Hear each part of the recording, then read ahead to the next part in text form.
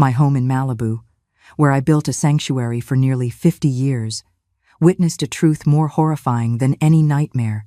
You might think you know the people closest to you, but my true story will prove that sometimes the devil is sleeping right in the bed beside you. This is not a movie.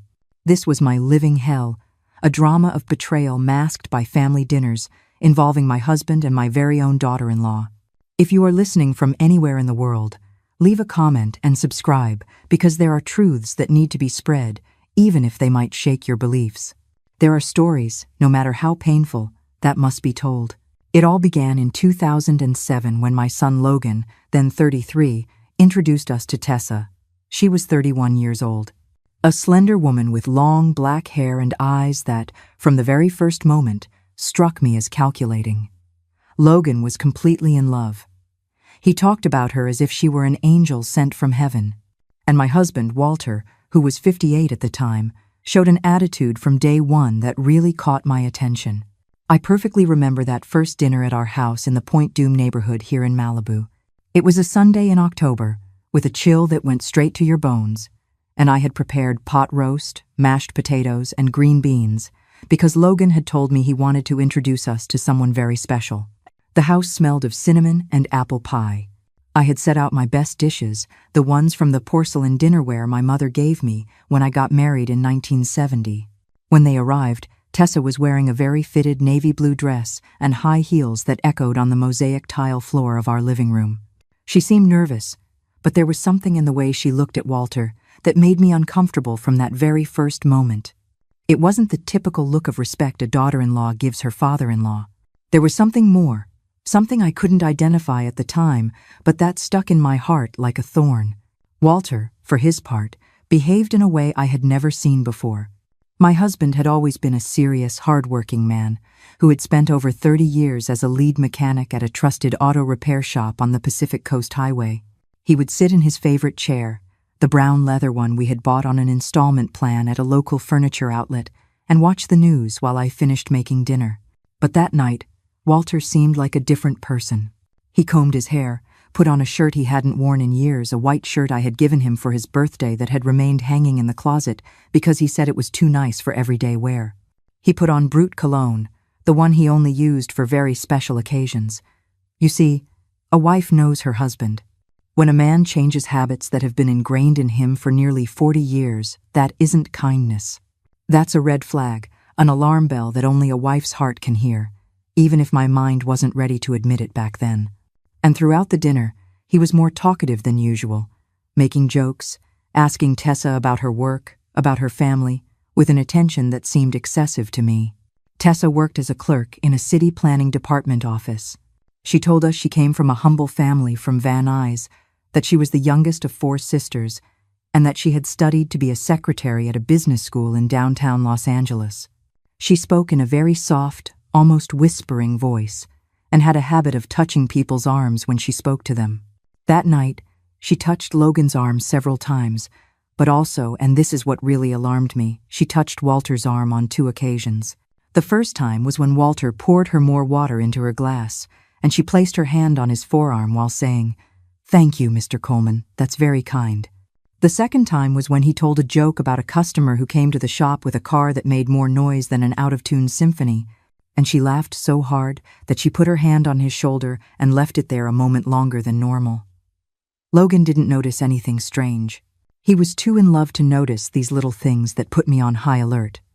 My son had always been a bit naive, one of those good men who see no evil in anyone because they don't have it in themselves. He worked as a contractor for a construction company. He had calloused hands and a noble heart, exactly like his father had been when we were young, before life, and maybe something else changed him. After that dinner, Logan and Tessa continued their courtship for almost 2 years. They got married in May of 2009 inches, a simple wedding at the Street Monica Catholic Church here in Santa Monica. I wore my navy blue dress, the same one I had worn to my sister Josephine's wedding 5 years earlier, and Walter bought a gray suit that was a little tight on him but gave him a distinguished air. The wedding was beautiful, with a live band, barbecue brisket, and a 3-tiered cake we had ordered from the Sweet Spot Bakery, which is on Montana Avenue. Tessa looked radiant in her white dress, and Logan couldn't stop smiling. But throughout the celebration, I kept noticing those glances between Walter and Tessa, those smiles that seemed to hold secrets. There was a moment during the dance when Walter asked Tessa to dance, and I watched them from my table. They danced to a song by the Righteous Brothers, Unchained Melody, and the way he looked at her, the way she let herself be led, gave me a feeling in my stomach that I didn't know how to interpret. It was as if there was an intimacy between them that went beyond what should exist between a father-in-law and a daughter-in-law. That night, when we returned home after the wedding, I mentioned to Walter what I had noticed. It was the first time I mentioned my suspicions, and also the first time he reacted with that aggression that would become so familiar in the following years. "Celeste, there you go again with your crazy ideas," he said as he took off his jacket and hung it on a chair in the bedroom. "Tessa is a decent young woman, and I'm just being kind to my son's wife. What's wrong with that?" But I knew there was something more. A woman who has been married for 40 years develops a special instinct for detecting when something isn't right in her marriage, when her husband is acting differently. And Walter was definitely acting differently since Tessa had come into our lives. The newlyweds decided to build their house on the same property as us, in the back, where we used to have a small garden with tomatoes, peppers, and cilantro. The property was large, about an acre, which Walter had bought in 1975, when land in that part of Malibu was still affordable. The idea of having the family close excited me. I had always dreamed of being a present grandmother, of being able to care for my future grandchildren, of having those Sunday family dinners where the whole family would gather around a large table.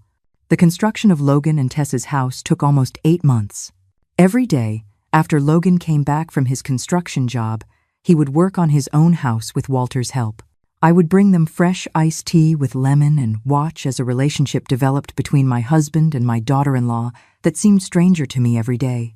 The first time I was truly alarmed was when I discovered that Walter had bought Tessa a gift when it wasn't her birthday, not a special occasion, for no apparent reason. It was March of 2010. Tessa had been married to Logan for almost a year and had just announced she was pregnant with their first child. The whole family was excited.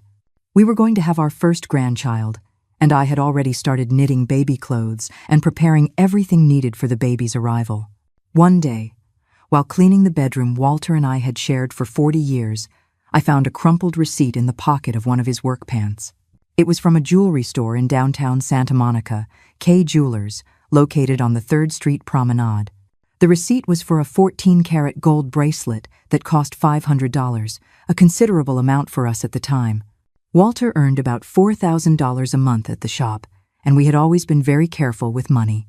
What surprised me most was the date on the receipt. It was from the day before, and Walter hadn't mentioned anything about buying a bracelet. It wasn't my birthday, nor our wedding anniversary, nor any special occasion. When I asked him about it that night after dinner, his reaction was so strange that it confirmed all my suspicions. "Why are you going through my pockets, Celeste?" he said with an aggression that wasn't normal for him. "That bracelet is a gift for Tessa because she's pregnant. What's wrong with a father-in-law giving a gift to his pregnant daughter-in-law?"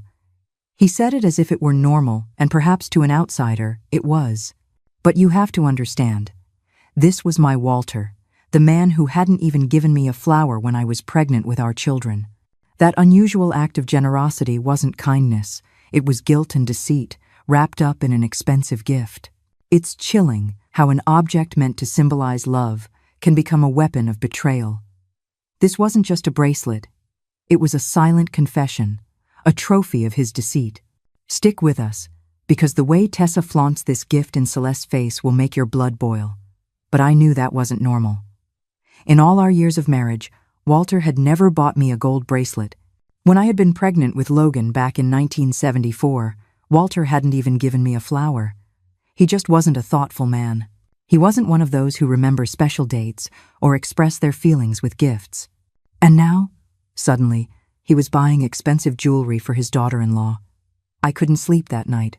I stayed awake, staring at the ceiling of our bedroom, listening to Walter's breathing and trying to understand what was happening. Was it possible that my husband, the father of my children, the man with whom I had shared more than 4 decades of my life, was interested in a woman who could be his daughter? The next day, I went to visit Tessa to bring her a jar of strawberry jam I had made with strawberries we bought at the farmer's market on Fridays.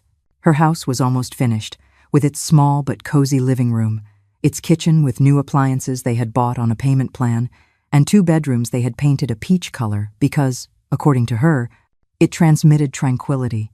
Tessa received me with that smile that always seemed a bit forced, and I immediately noticed she was wearing the gold bracelet on her left wrist. It was a delicate bracelet with small dangling hearts, exactly the kind of jewelry a man in love would give a woman, not the kind of gift a father-in-law would give his pregnant daughter-in-law. "What a beautiful bracelet, Tessa," I said, trying to sound casual as I placed the jar of jam on her kitchen table. "Isn't it?" she replied, and for a moment I saw something in her eyes that chilled my blood. It was pride, but not the innocent kind of pride a woman feels when she receives a nice gift. It was the pride of a woman who knows she has power over a man, the pride of someone who is playing a game and knows she's winning. "Did Logan give it to you?" I asked, although I already knew the answer.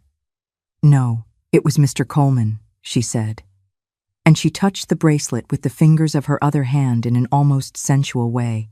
"He says it's to celebrate that I'm going to give him his first grandchild. He's very thoughtful, isn't he?" That conversation confirmed my worst fears. It wasn't just the gift, it was the way she had said it, the way she had touched the bracelet, the way she had pronounced my husband's name. There was an intimacy there that shouldn't exist. That same afternoon when Logan arrived from work, I found him in his yard, washing his hands in a utility sink they had installed outside. His arms were covered in cement and plaster, his hands calloused and cracked from so much work, and he had that expression of exhaustion but satisfaction that he always had after a hard day's work. "Son," I said, "did you know your dad gave Tessa a gold bracelet?" Logan dried his hands on an old towel and looked at me with genuine surprise. "A gold bracelet? No, I didn't know. But that's great, Mom. It's nice that Dad is being thoughtful with Tessa. Since she joined the family, he's been very affectionate with her." My son's innocence broke my heart. It's heartbreaking to see your own son, such a good man, unable to see the lie right in front of his eyes. Love had blinded him. And in that moment, I realized I wasn't just fighting my husband's betrayal. I was also up against my own son's blindness. I was utterly alone. He saw kindness where I saw alarm bells. He saw generosity where I saw something much more dangerous, and at that moment, I realized I was completely alone with my suspicions. Over the next few months, the signs multiplied in a way that had me living in a constant state of anxiety. Walter started coming home late from work 2 or 3 times a week, always with excuses that sounded reasonable, but my gut told me were lies. A car broke down, and I had to stay to finish it. The boss asked me to lend a hand with a complicated repair. I went to get a quote on some parts for a special client. But what alarmed me most was how he had changed physically. Walter started taking care of his appearance in a way he hadn't in years. He got his hair cut every 2 weeks at the Malibu barber shop on PCH and started using a different cologne, one that smelled of wood and spices, very different from the brute he had used for years. He also changed the way he dressed. On weekends, instead of wearing his old t-shirts and worn-out jeans, he started wearing button-down shirts and dress pants. When I asked him why he was dressing up so much just to be at home, he would say it was time to take care of his image, that he wasn't a young man anymore and had to look respectable. But the clearest sign came in June 2010, when Tessa was 6 months pregnant. One Saturday morning, while I was watering the plants in the garden, I saw them through Tessa's kitchen window. She was making coffee, and Walter was sitting in one of her dining chairs, not like a visitor, but like someone who belonged there. What caught my attention wasn't just that he was there so early, but the way they interacted. Tessa served him coffee and put her hand on his shoulder in a way that felt like a punch to my stomach. Walter placed his hand on top of hers, and they stayed like that for several seconds, looking at each other in a way that was anything but innocent. At that moment, the baby, my first grandchild, moved in Tessa's womb, and Walter put his free hand on her abdomen in a way that made me tremble. It wasn't the way a father-in-law touches his pregnant daughter-in-law's belly to feel the baby. It was the way a man touches the woman carrying his child. That afternoon, I confronted Walter for the second time. We were in our bedroom. He was changing his clothes after taking a shower, and I couldn't hold back what I had seen any longer. "Walter, we need to talk about what's happening with Tessa," I said as I sat on the edge of the bed. He put on a white t-shirt and looked at me with that expression that had become so familiar, a mix of irritation and contempt that I had never seen in his eyes during the first 30 years of our marriage. "Celeste, I already told you, nothing is happening with Tessa. She's my son's wife, the mother of my future grandchild, and I'm just being kind to her. If you see something wrong with that, the problem is in your head, not in reality. But this time, I wasn't going to give up so easily. Walter, I saw you two this morning. I saw how you put your hand on her shoulder, how she touched you, how you put your hand on her belly. That's not normal." Walter's reaction was so violent it scared me. He came close to me, grabbed me by the shoulders, and spoke to me in a voice I didn't recognize. "Celeste, that's enough.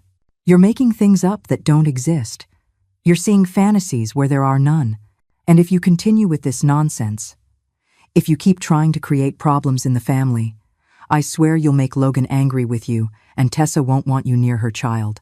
Is that what you want? Do you want to lose your grandchild before she's even born?"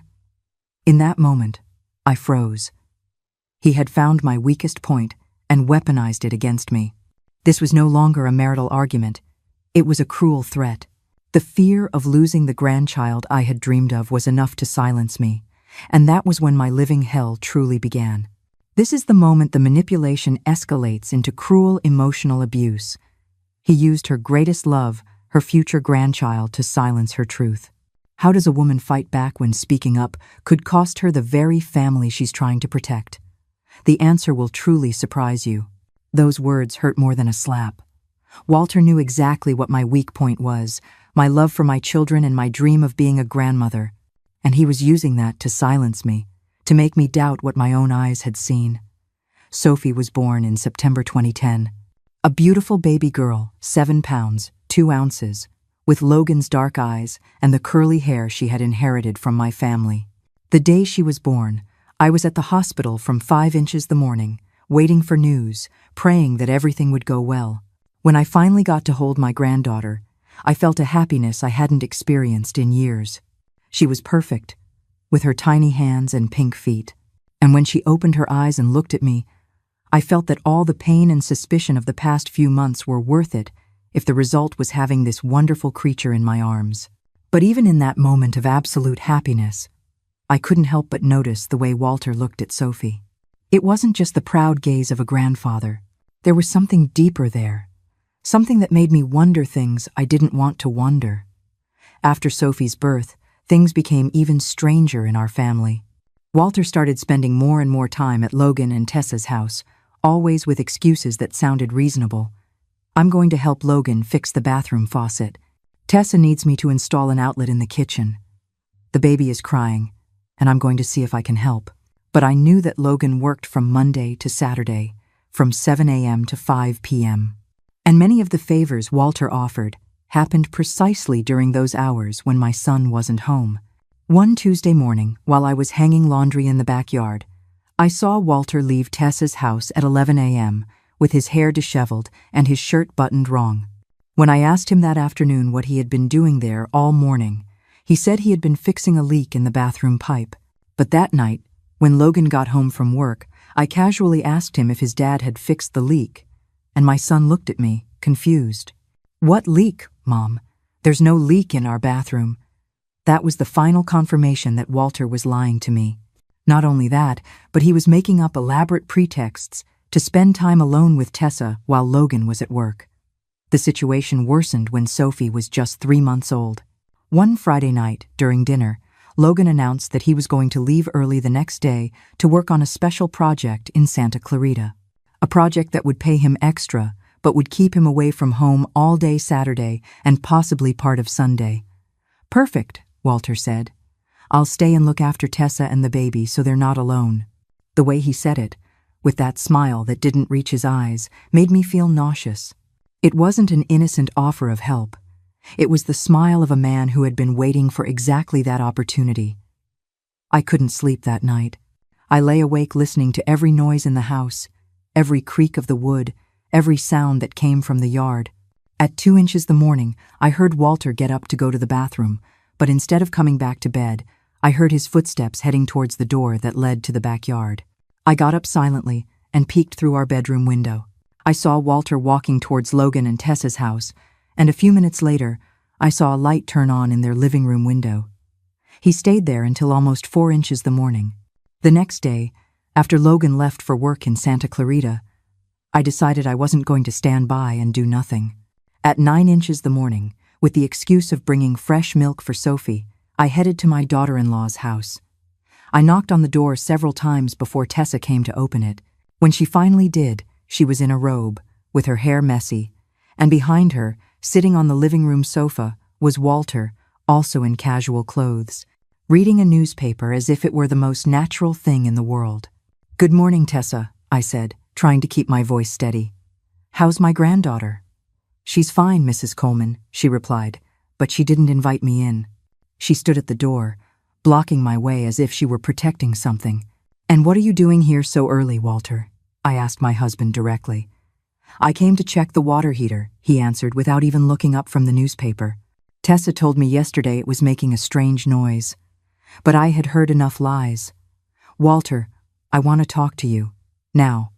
We returned to our house in silence, and once we closed the door, I exploded.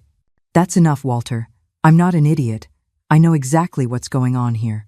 His reaction was even more aggressive than the previous times. He yelled at me, called me crazy, paranoid, envious. He told me I was trying to destroy our son's happiness because I couldn't stand to see him happy. He said that if I continued with my fantasies, he himself would tell Logan that his mother was trying to create problems in his marriage. "And another thing, Celeste," he said, his voice dropping to a low, menacing tone that was far more chilling than his shouting. "You keep pushing this, and you won't just look crazy, you'll be the reason Logan's family falls apart. Tessa is a good mother, and she doesn't deserve this harassment. Do you really want to be the monster who drives your son's wife and child away? Think about how Logan will look at you then." That threat left me paralyzed. The possibility of losing contact with Sophie, of not being able to watch my granddaughter grow up, was more than I could bear. And Walter knew it. He knew exactly how to manipulate me, how to use my motherly love to silence me. For the next few months, I tried to behave as if nothing was wrong, but the tension in the house was unbearable. Walter became increasingly distant with me, more aggressive, more dismissive. There were days he wouldn't even speak to me. And when he did, it was to complain about something, that the food was too salty, that I had spent too much money at the grocery store, that the house was messy. Meanwhile, with Tessa, he behaved like the most attentive and loving man in the world. He brought her flowers on Fridays, bought her medicine when Sophie got sick, helped her with the grocery shopping. It was as if he had two completely different personalities, one for his wife and another for his daughter-in-law. In April of 2011, when Sophie was 7 months old, Tessa announced she was pregnant again. The news was received with joy by the whole family, especially by Logan, who dreamed of having many children. But for me, that pregnancy was like a confirmation of my worst fears. During those first few months of Tessa's second pregnancy, I began to notice physical changes in Walter that alarmed me even more. He had started exercising, something he hadn't done in the previous 20 years. He bought some dumbbells at a sporting goods store in Santa Monica and set them up in the garage, where he would do exercise routines every morning before going to work. He also completely changed the way he dressed. He stopped wearing his old t-shirts and worn-out jeans and started buying new clothes-colored shirts, dress pants, even new shoes. When I asked him where he was getting the money for all these new clothes, he would say he'd had some extra jobs at the shop, but I checked our bank accounts and saw no evidence of any additional income. The most alarming thing of all was the way his sexual behavior towards me had changed. Walter and I had had a normal, intimate life for most of our marriage, not particularly passionate, but regular and affectionate. But ever since Tessa had come into our lives, Walter had completely lost interest in me. At first, I thought it was because of age, that it was normal for a 60-year-old man to have a lower sex drive. But then I realized it wasn't a lack of sexual desire. It was that his desire was directed at someone else. There were nights I would hear him get up to go to the bathroom, and after several minutes, I would hear him open the back door. At first, I thought he was going out to smoke, even though he had quit smoking years ago. But one night, out of curiosity, I got up silently and peeked through the window. I saw Walter standing in the yard, looking towards Logan and Tessa's house. He wasn't smoking. He wasn't doing anything specific. He was just there, standing in the darkness, looking towards the bedroom window where my daughter-in-law and my son slept. He stayed there for almost half an hour, and when he came back to bed, I pretended to be asleep. Mason, my second legitimate grandchild, was born in January 2012. Like Sophie, he was a beautiful and healthy baby with the features of Logan's family, but with something in his eyes that reminded me of Tessa. The day he was born, the whole family was excited, but I couldn't help but notice once again the way Walter looked at the baby. It was a gaze that was too intense, too personal, as if Mason were something more than his grandson.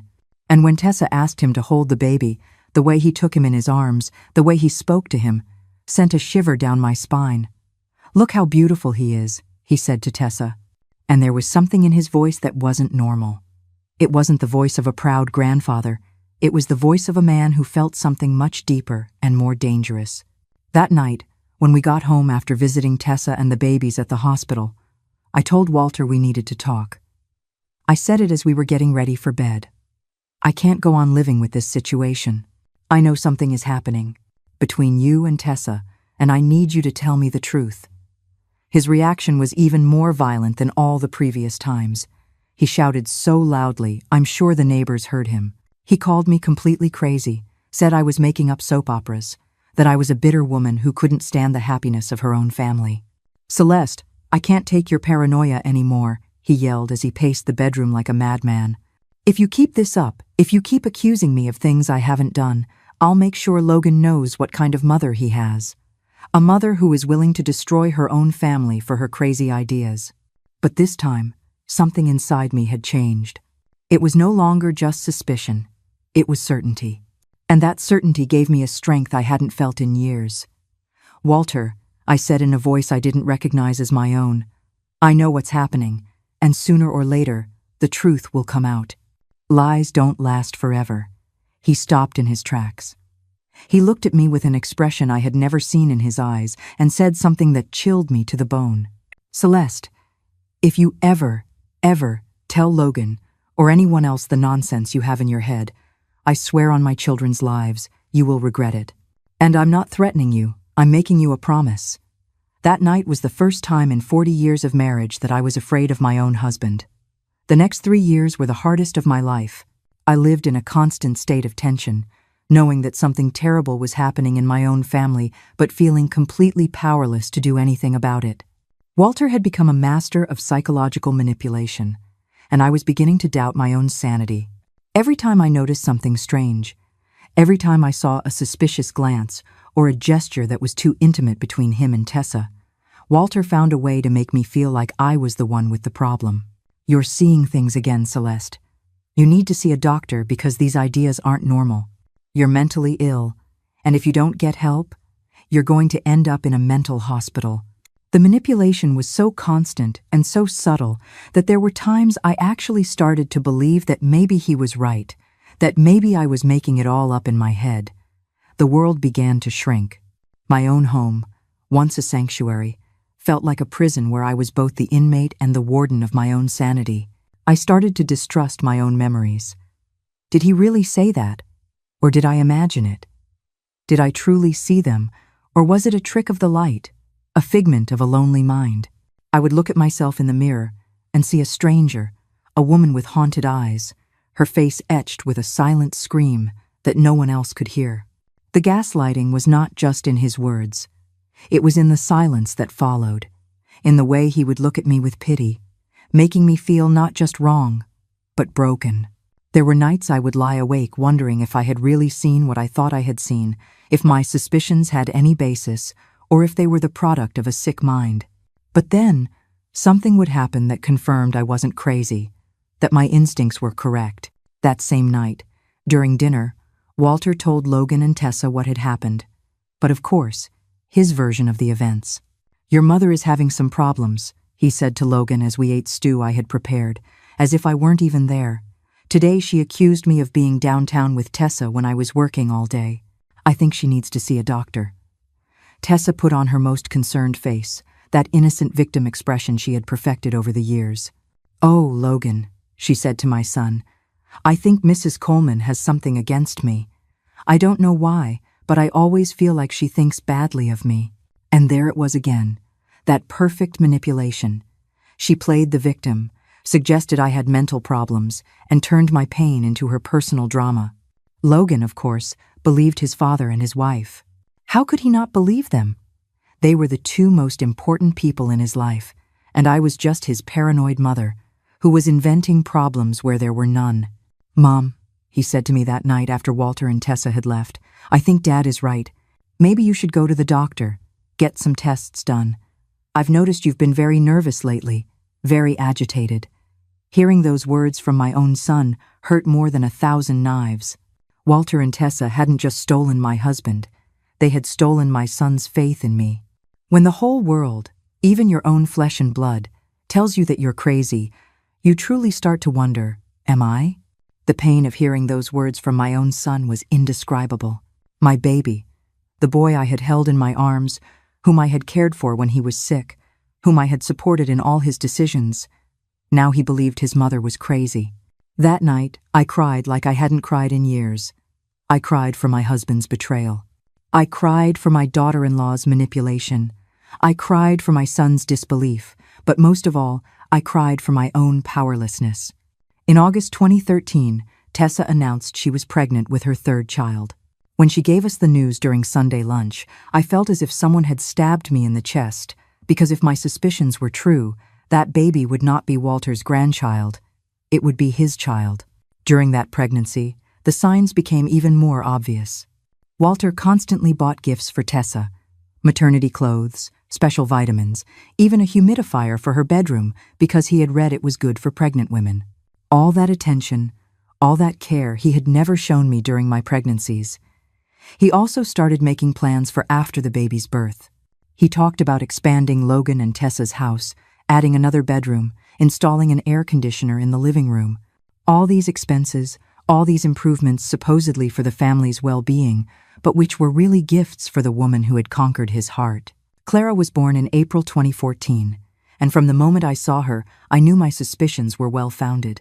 Unlike Sophie and Mason, who had the characteristic features of Logan's family, Clara had an appearance that was painfully familiar to me. She had Walter's eyes, Walter's nose shape, even the way she furrowed her brow when she cried was identical to my husband's. But the most revealing thing was Walter's reaction when he held Clara for the first time. It wasn't the reaction of a grandfather. It was the reaction of a father. The way he looked at her, the way he spoke to her, the way he cradled her against his chest. Everything was too intimate, too personal. "She's perfect," he said to Tessa as he held Clara in his arms, and there were tears in his eyes. They weren't a grandfather's tears of joy. They were the tears of a man seeing his daughter for the first time. That night, when we were alone at home, I tried once more to make Walter see that I knew the truth. "That little girl has your eyes, Walter," I said as I washed the dinner dishes. He stiffened, stopped drying the glass he was holding, and looked at me with an expression that was half panic and half rage. "Celeste, all babies look alike. Clara is Logan's daughter, just like Sophie and Mason." "No, Walter, Clara doesn't look like Logan. She looks like you." What happened next was the worst fight we had had in all those years. Walter yelled at me with a violence that terrified me. He called me stark raving mad. He told me that if I continued with my delusions, he would have me committed to a psychiatric hospital. "I can't stand living with a woman who is completely crazy anymore," he yelled as he slammed his fist on the kitchen table. "If you continue with these accusations, if you keep trying to destroy this family, I swear you'll end up locked in a mental asylum." This is a classic and brutal example of gaslighting, convincing someone they are crazy to hide your own guilt. They weren't just betraying Celeste, they were actively trying to shatter her perception of reality. But a mother's instinct is a powerful force, and what she does next is a true testament to that inner strength. But for the first time in years, I didn't let his threats intimidate me. "Walter," I said with a calmness that surprised even me, "threaten me all you want, yell at me all you want, but I know the truth, and you know it too." That night was the first time Walter threatened to divorce me. "If you don't stop this madness, Celeste, I'm leaving this house. I'm going to live with my son, and you can stay here alone with your fantasies." It was a threat calculated to hurt me, because he knew that the idea of being left completely alone, without family, without grandchildren, was my worst nightmare. But by then, I had already reached the limit of what I could endure. Between 2014 and 2016, the situation became so unbearable that I seriously considered leaving the house. There were days when I woke up with no desire to get out of bed, no desire to face another day of lies, manipulation, and gaslighting. Walter had become an expert at making me feel like I was the villain of the story, as if I were the one destroying the family peace with my crazy ideas. The psychological manipulation was constant and increasingly sophisticated. Walter had started involving other people in his campaign to make me look like a mentally unstable woman. He would tell his brothers, our neighbors, even Mrs. Gable, the lady who sold vegetables at the farmer's market, that I was going through a difficult phase, that I had paranoia issues, that he was very worried about my mental health. I especially remember one afternoon in September 2015, when I went to the market to buy tomatoes to make sauce. Mrs. Gable, who had known me for over 20 years, looked at me with that expression of pity reserved for people who have lost their minds. "Oh, Mrs. Coleman," she said as she weighed the tomatoes. "Mr. Coleman told me you've been very nervous lately. He says you're making things up about your family." The pain of hearing that was indescribable. Walter wasn't just manipulating me, he was manipulating our entire community, creating a narrative in which I was the unhinged woman, unjustly accusing her good husband and her innocent daughter-in-law. But what hurt me the most was seeing how he behaved with the children. Sophie was now 5, Mason 3, and Clara was just a year old. And Walter had become the perfect grandfather. He took care of them, spoiled them, bought them candy and toys, took them to the park on Sundays. To anyone looking from the outside, it was the perfect portrait of a loving patriarch. But I noticed the subtle differences. The way he held Clara was different from how he held Sophie and Mason. With Clara, he was more protective, more possessive, more paternal. When Clara cried, Walter was the first to run and comfort her. When Clara babbled her first words, Walter was the one who got most excited. When Clara started to walk, Walter was the one who had the most patience to teach her. He had also started making financial distinctions that I found very revealing. For Clara's second birthday, Walter bought her a tricycle that cost over $200, a much more expensive gift than anything he had ever bought for Sophie or Mason at that age. When I asked him why he had spent so much money, he said that Clara was very special, that she deserved the best. In December 2015, during the Christmas block party we organized in our backyard, something happened that definitively confirmed my suspicions were correct. We were all gathered, us, Logan and his family, my sisters Josephine and Beatrice with their families, and some neighbors. There was hot apple cider, sugar cookies, and the children were running around the yard with their sparklers. At one point, Clara fell and scraped her knee. All the adults were talking, but Walter, who was on the other side of the yard, ran to her with a speed and desperation that were not normal. The way he picked her up, the way he comforted her, the way he checked her wound, was exactly the way a father reacts when his child gets hurt. Logan, who was much closer when Clara fell, hadn't even realized what had happened until Walter already had the little girl in his arms. And that made me think, how is it possible that the supposed grandfather has more paternal instinct than the actual father? That same night, after all the guests had left, I tried to talk to my sister Josephine about my suspicions. Josephine is 2 years older than me. She has always been the most sensible one in the family, and I thought maybe she could help me see things clearly. "Josephine," I said as we cleared the plates and glasses from the yard, "have you noticed anything strange about the way Walter behaves with Clara?" My sister stopped, looked at me with concern, and said something that broke my heart. "Celeste, Walter already told me you've been having some problems. He says you've been very nervous, that you're seeing things that don't exist. Don't you think maybe you should see a doctor?" There it was again. Walter had gotten to her before I did. He had planted the seed of doubt about my mental sanity, even in my own sister. He was such a skilled manipulator that he had managed to convince my entire family that I was the problem. That night, after Josephine left, I sat on my bed and, for the first time in years, seriously considered the possibility that maybe Walter was right. Maybe I was seeing things that didn't exist. Maybe my suspicions were the product of paranoia, of menopause, of some hormonal imbalance that was affecting my ability to think clearly. But then I remembered all the things I had seen with my own eyes. The lies about where he had been, the expensive gifts for Tessa, the intimate glances, the hands that touched for longer than necessary, the way Walter looked at Clara as if she were his most prized possession. No, I wasn't crazy. All of that had really happened, and if everyone around me preferred to believe Walter's lies instead of trusting my word, then I was going to have to find a way to prove I was right. In January 2016, Tessa announced she was pregnant with her 4th child. The news hit me like a physical blow, but the moment that truly shattered me came a week later. I was tending to my roses near the fence separating our properties when I heard Walter's voice on the phone, low and intimate. Then, a single phrase drifted over the hedge and pierced my heart. My sunshine. He had called her my sunshine. That was our name. A silly, sweet nickname from a time when we were young and our life was a blank canvas of dreams. He hadn't called me that in 30 years. In that instant, I understood the true depth of his betrayal. He hadn't just given her his body, his time, and his children. He had given her my memories. He was rewriting our history with her as the protagonist.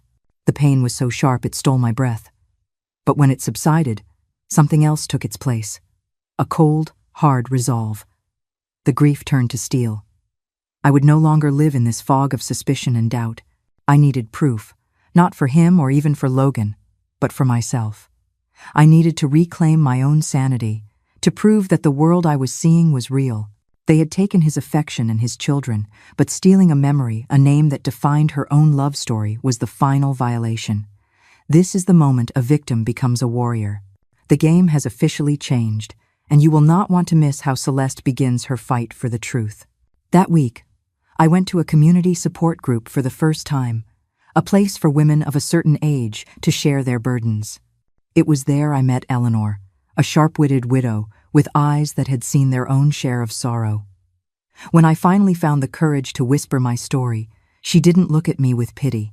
She nodded, a flicker of righteous anger in her eyes. "Men like that," she said, her voice firm, "they don't just lie to you, they try to rewrite your reality. Intuition is your soul screaming the truth, Celeste. But to fight a liar, you need a truth they cannot twist." It was Eleanor who first planted the seed of an idea. "Don't fight him with words," she advised. "Fight him with facts. Find something undeniable."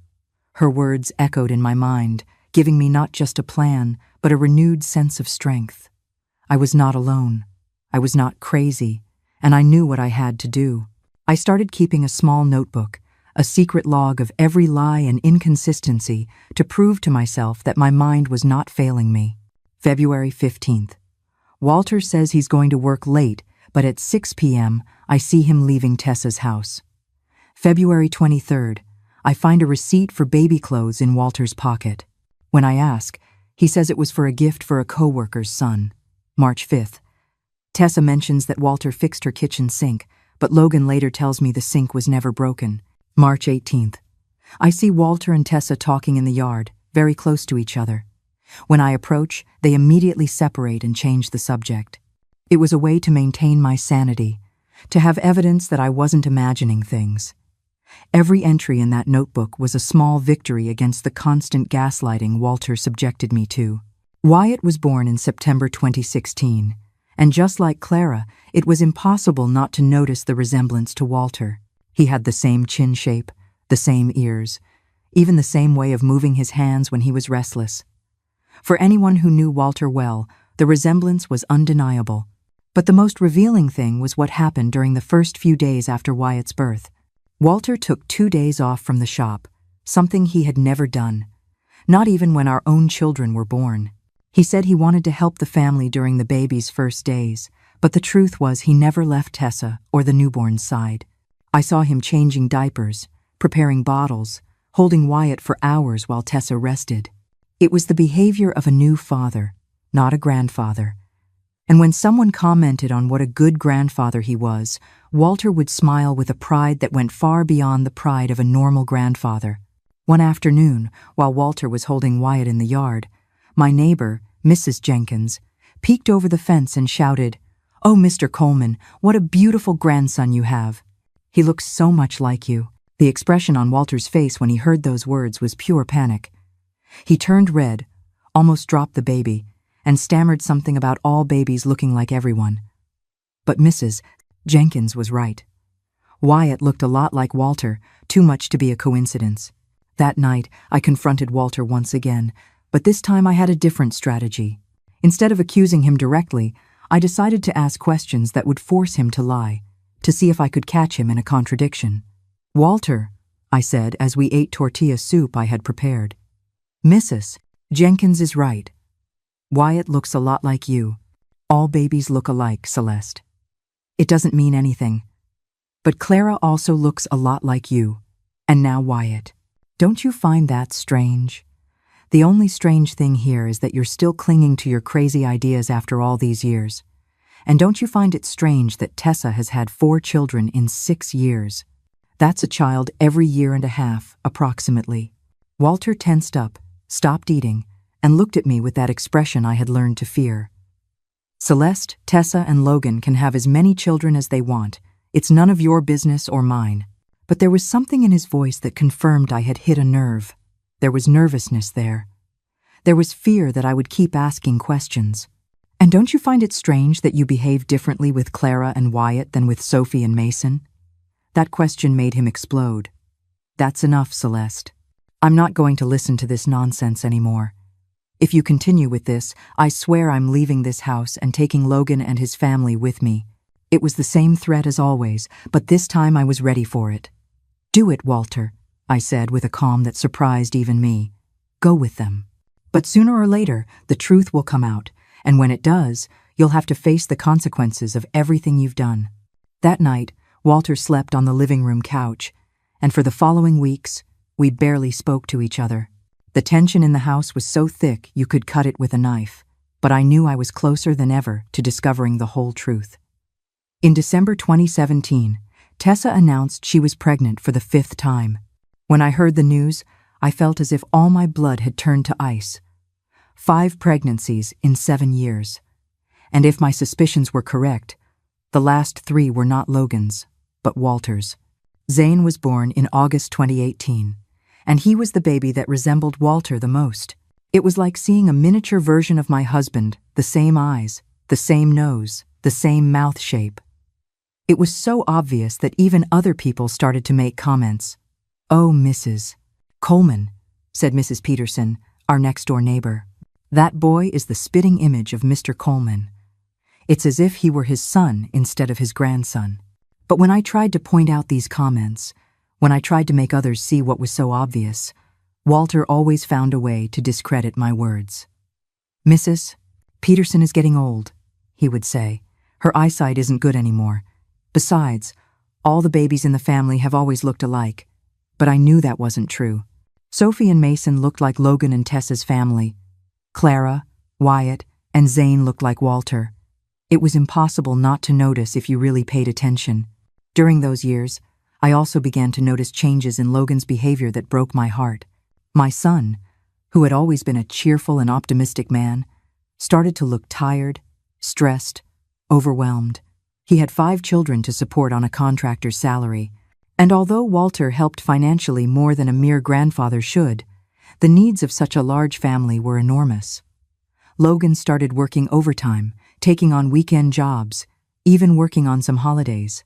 He would come home so tired that he barely had the energy to interact with his children.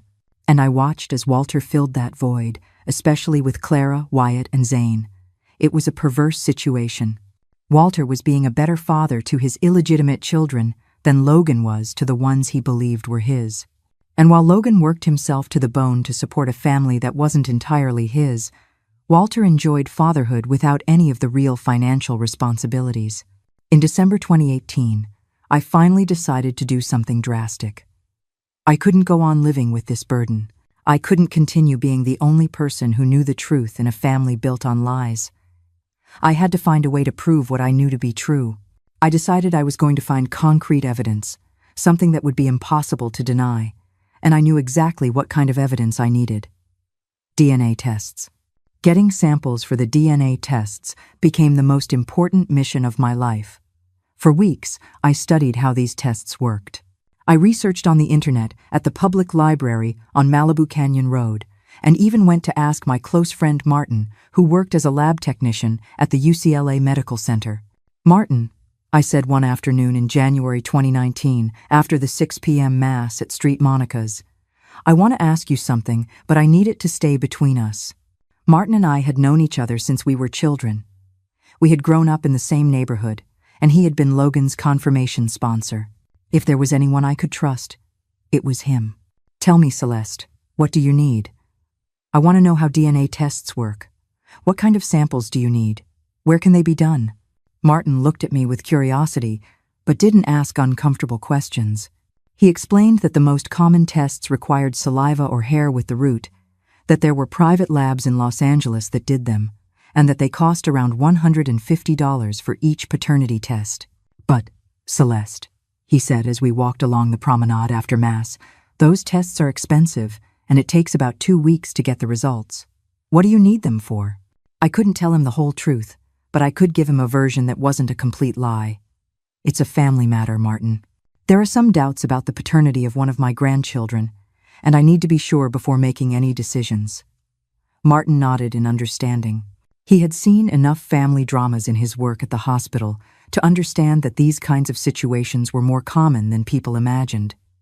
Over the next few weeks, I developed a plan to get the samples I needed. I had to be very careful, because if Walter or Tessa found out what I was doing, they would find a way to stop me or discredit the results. Getting samples from Walter was relatively easy. Every morning he combed his hair in front of the bathroom mirror, and there were always a few hairs left in the brush.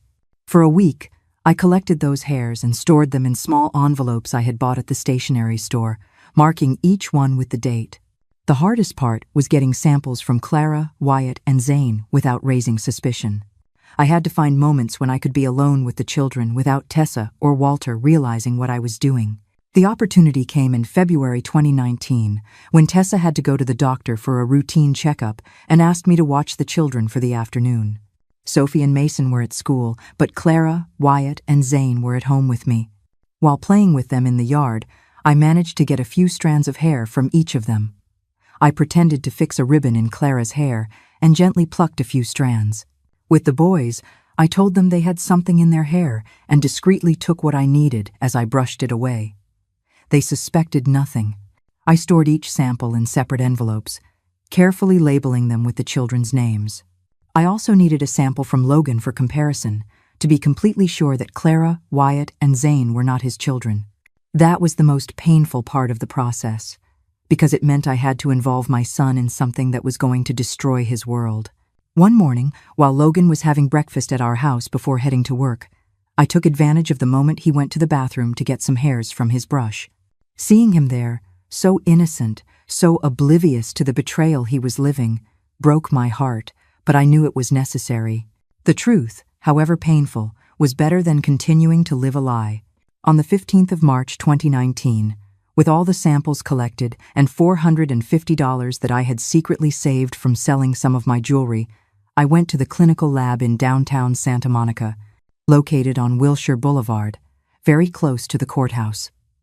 The young woman who assisted me, with glasses and a pristine white coat, patiently explained the process. "Ma'am, we're going to run 3 paternity tests," she said as she filled out the necessary forms. "One for each child, comparing their DNA with that of the alleged father. The results will be ready in 2 weeks." "And how accurate are these tests?" I asked, because I needed to be absolutely sure. "They are 99.9% accurate, ma'am.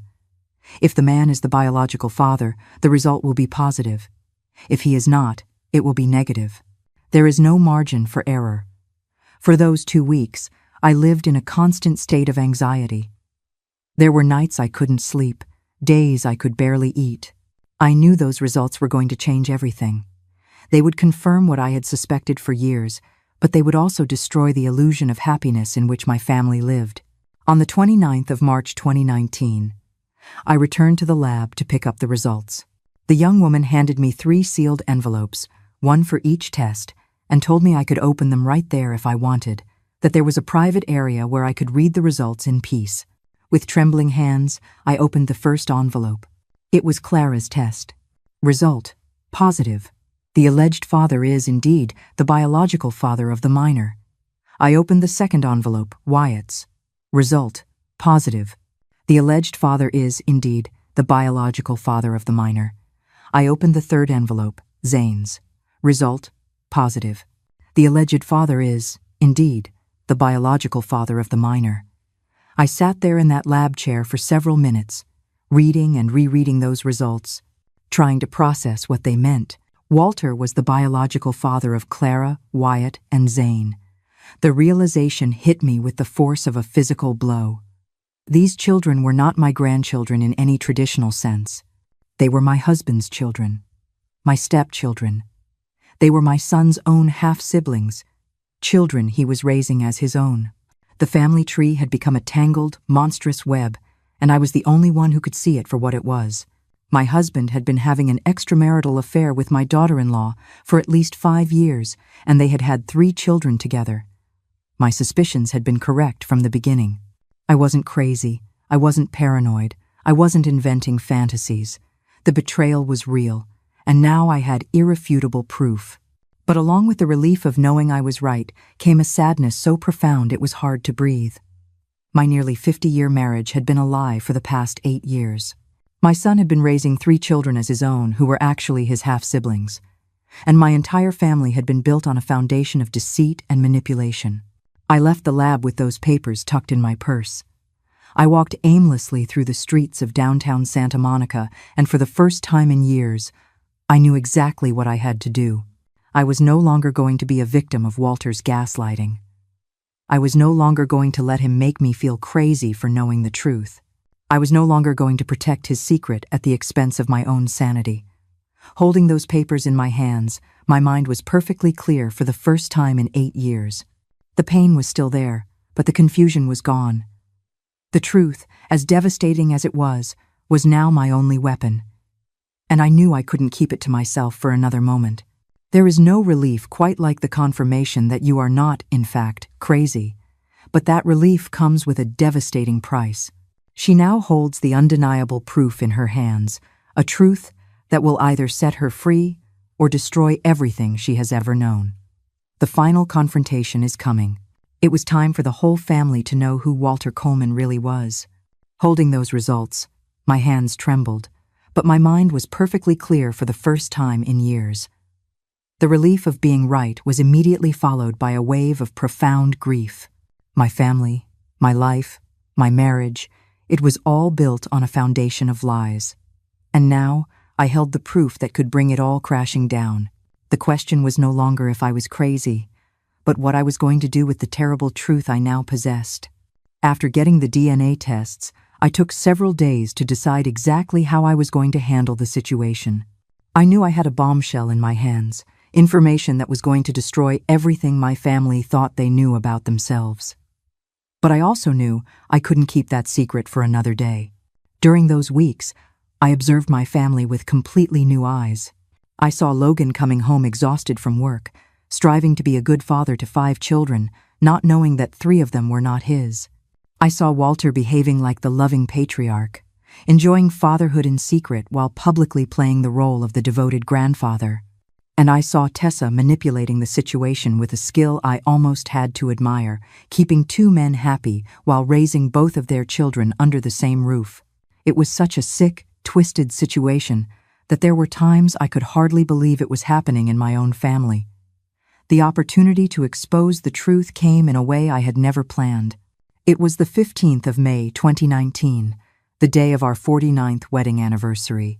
Walter had suggested we have a family dinner to celebrate, and I agreed, thinking it would be the perfect occasion to reveal what I had discovered.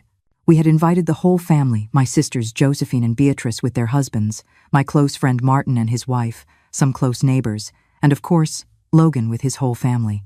It was a gathering like many others we had had over the years, with pot roast, mashed potatoes, green beans, and fresh iced tea. The difference was that this time, I had the DNA test results saved in an envelope in my bedroom, waiting for the right moment to bring them out. Throughout the meal, I watched Walter behave like the model husband and grandfather. He made a toast to our marriage, talked about all the happy years we had spent together, and even gave me a kiss on the cheek in front of all the guests. It was such a convincing performance that if I hadn't known the truth, I would have believed he was genuinely the loving man he pretended to be. But the most impressive performance was Tessa's. Throughout the meal, she behaved like the perfect daughter-in-law. She helped me serve, praised my cooking, and even thanked me for being such an understanding and loving mother-in-law. Every word that came out of her mouth was a perfectly calculated lie. After the meal, while the men were chatting in the yard and the women were clearing the dishes, I decided the time had come. I could no longer pretend everything was okay. I could no longer participate in this farce. I went to my bedroom, took out the envelope with the lab results, and returned to the kitchen where all the women of the family were my sisters, my friend Diane, and Tessa. "I need to tell you all something very important," I said as I placed the envelope on the kitchen table. Everyone stopped what they were doing and looked at me attentively. Tessa, who was drying a glass, became visibly tense. "For 8 years, I have suspected that something was going on between Walter and Tessa," I said, and I saw the glass slip from my daughter-in-law's hands and shatter on the floor. "Celeste," my sister Josephine, said with that concerned voice I knew so well, "please, don't start with that again." But this time, I was not going to be silenced. "I'm not crazy," I said as I opened the envelope and took out the lab papers. "And I have the proof to show it." I handed the results to my sister Josephine, who read them with her eyes growing wider and wider. Then she passed them to my friend Diane, who put her hands to her mouth when she understood what she was reading. "These are DNA tests," I explained, as Tessa turned as white as the wall. "Clara, Wyatt, and Zane are not Logan's children. They are Walter's children." The silence that followed was so thick you could cut it with a knife. Tessa had sat down in one of the kitchen chairs and was trembling like a leaf. "Tessa," I said, looking her directly in the eyes, "for 8 years you made me believe I was crazy. For 8 years you participated in a campaign to make me feel like I was the one with mental problems. But now you can no longer deny the truth." What happened next was like a scene from a soap opera, but much more painful because it was real. Tessa burst into tears with a hysteria that drew the attention of all the men in the yard. When they came into the kitchen and saw the lab papers, when they understood what they meant, the family gathering turned into absolute chaos. Logan was the first to understand the full implications. His wife had been having an affair with his father for years, and 3 of his 5 children were not his, but Walter's. The look on his face as he processed that information was the most painful thing I have ever seen in my life. "Is it true?" he asked Tessa, his voice barely a whisper. Tessa continued to cry, but did not deny the accusations. Her silence was confirmation enough. Walter, who until that moment had been in shock, finally reacted. But instead of accepting responsibility, instead of apologizing for destroying his family, he did exactly what he had been doing for years. He tried to blame me. "Celeste, you're A," he yelled, in front of the whole family. "You had no right to do those tests. You had no right to destroy this family." But this time, I was no longer alone. My sister Josephine, who had seen the proof with her own eyes, stood by my side. "Walter," she said with a firmness that filled me with pride, "Celeste didn't destroy anything. You were the one who destroyed this family with your lies." What followed was the biggest fight I had ever seen in my life. Logan yelled at his father. He yelled at his wife. The children started crying because they didn't understand what was happening. The guests didn't know whether to leave or stay. It was the end of the world as we had known it. Amidst the screaming and the tears, a strange sense of peace washed over me. The storm I had been dreading for 8 years had finally hit. Everything had been destroyed, yes, but at least I was no longer trapped in the prison of a lie. Sometimes, the truth has to tear everything down so you can begin to rebuild from the ashes. The explosion was inevitable. For 8 long years, the pressure had been building, and now, the truth has finally ripped this family apart. But sometimes, A lie is a prison, and the only way out is to tear down the walls, no matter the cost. What happens after the dust settles is the most heartbreaking part of this story. But in the midst of all that chaos, I felt a peace I hadn't experienced in years.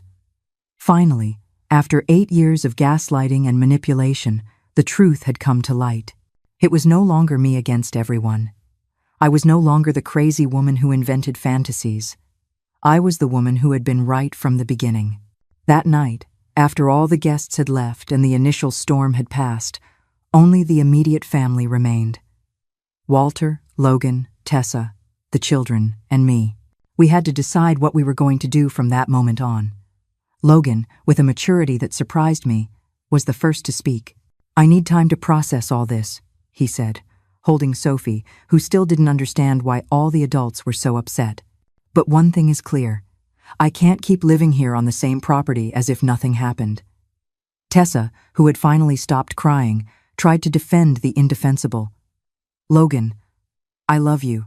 What happened with your dad was a mistake, a weakness. But my feelings for you are real." "A mistake?" Logan replied with a bitterness that broke my heart. "An 8-year mistake. A mistake that resulted in 3 children." Walter, who had been surprisingly quiet throughout the discussion, finally spoke. "Logan, I know what I did was wrong, but those children are innocent. Clara, Wyatt, and Zane are not to blame for any of this." "You're right," my son replied. "They are not to blame, but they are also not my responsibility. They are your children, Dad. You are the one who is going to have to take care of them." That night, Logan made a decision that changed the course of our entire family history. He decided he was going to take Sophie and Mason, his only biological children, and leave the house. He wasn't just going to separate from Tessa, he was going to separate from the whole situation. "Mom," he said to me that night as he packed the few things he was taking, "I'm so sorry I didn't believe you all these years. I'm so sorry I thought you were crazy when you were actually the only sane person in this family." Those words, which I had waited to hear for 8 years, healed wounds I thought would never heal. After years of being made to feel insane, this one moment of validation from her own son was worth more than anything. The lies may have broken her marriage, but his apology began to heal her soul. Now, the family must navigate the impossible aftermath, and you'll want to hear how they begin to pick up the pieces. The days following the revelation were a whirlwind of emotions, difficult decisions, and changes that no one in the family had anticipated. Logan kept his word and took Sophie and Mason to live with him in a small apartment he rented in North Hollywood, on the other side of Los Angeles. It wasn't a luxurious place, just 2 small bedrooms, a small living room, and a basic kitchen, but it was a space where he could process everything that had happened without having to see his father and his wife every day. The separation was devastating for the children. Sophie, who was then 9 years old, didn't understand why Dad had only taken her and Mason, why he had left Clara, Wyatt, and Zane behind. Mason, who was 7, cried every night, asking when they would go back home, when he would see his younger siblings again. For Clara, Wyatt, and Zane, who were 5, 3, and 1 respectively, the situation was even more confusing. Overnight, the children who had been their older siblings no longer lived with them, and the man they had known as their grandfather had become a constant presence in a different way. Tessa stayed in the house in the backyard with her 3 youngest children, but the situation had become unsustainable. Without Logan to help with expenses, and with the truth about the children's paternity finally exposed, the entire family dynamic had changed irreversibly. Walter was forced to face the consequences of his actions for the first time in 8 years. He could no longer pretend to be just a generous grandfather. Now he had to openly assume the responsibility of being a father to 3 young children. He had to support them financially. He had to be present in their lives. He had to explain to people why there were 3 children who looked so much like him living in his backyard. The community's reaction was exactly what I had feared for all those years. The neighbors who had witnessed the family drama began to whisper at the market, at church, in the local shops. People spoke in hushed tones about the Coleman scandal. Some looked at me with pity, others with morbid curiosity. But everyone knew that our family had been destroyed by a betrayal that had lasted for years. Mrs. Gable, the vegetable lady, was one of the first to approach me after the news had spread through the neighborhood. "Oh, Mrs. Coleman," she said as she weighed the tomatoes I had gone to buy. "Now I understand why you were so upset all these years. What a terrible thing. And to think we all believed you were making things up." It was a vindication, but one that came too late and at too high a cost. I was right, yes, but my family had been destroyed in the process. During the first few weeks after the revelation, I tried to maintain some sort of normal relationship with Clara, Wyatt, and Zane. After all, they were innocent children who were not to blame for the adults' decisions. But it was impossible to look at them without remembering everything that had happened, without feeling a mixture of love and pain that broke my heart. Clara, especially, had started to notice that something had changed. One afternoon, while playing in the yard, she approached me and asked something that made me tremble. "Grandma Celeste," she said with the innocence only 5-year-olds have, "why don't Sophie and Mason come to play with us anymore?" How do you explain to a 5-year-old girl that her sister and brother left because they found out they are actually her niece and nephew? How do you tell her that the man she knows as her grandfather is actually her father? How do you explain that her mother had been lying about everything for years? "It's complicated, my love," was all I could say. "But you will always be my granddaughter, no matter what happens." Biologically, Clara was not my granddaughter, as Tessa was not my daughter. She was my son's half-sister, and because she was my husband's child, she was my stepdaughter. It was a tangled web of relationships, and explaining it to a child was impossible. All I could do was reassure her of my love. With Walter, things became incredibly tense. Now that the truth was out, he had no way to manipulate me or make me feel crazy. But he also showed no genuine remorse for what he had done. His attitude was more of annoyance at being caught than shame for betraying his family. "Celeste," he said one night as we ate dinner in silence, "I hope you're happy. You got what you wanted. You destroyed this family." His ability to continue blaming me, even after the DNA tests had proven I was right all along, was astonishing. "I didn't destroy anything, Walter," I replied with a calm that surprised me. "You destroyed this family 8 years ago when you decided to sleep with your son's wife. I only exposed the truth. The truth was better kept secret," he said with that twisted logic he had used for years. "Now everyone is suffering because of you. No, Walter, everyone is suffering because of you, because of the decisions you made. I just refused to keep your secret anymore." It was unbelievable. Even when faced with irrefutable evidence of his betrayal, Walter still tried to manipulate the situation to make me look like the villain of the story. A month after the revelation, Tessa made a decision none of us saw coming. She announced that she was leaving Malibu, that she was taking Clara, Wyatt, and Zane to live with her older sister in Phoenix, Arizona. "I can't live here anymore," she told me one afternoon as she packed the children's things. "Everyone looks at me like I'm the worst person in the world. My children don't deserve to grow up in an environment where their mother is pointed out as the bad guy." It was typical of Tessa to play the victim, even in this situation.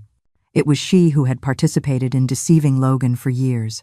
It was she who had had 3 children with her husband's father. But somehow she had found a way to present herself as the one being unjustly persecuted.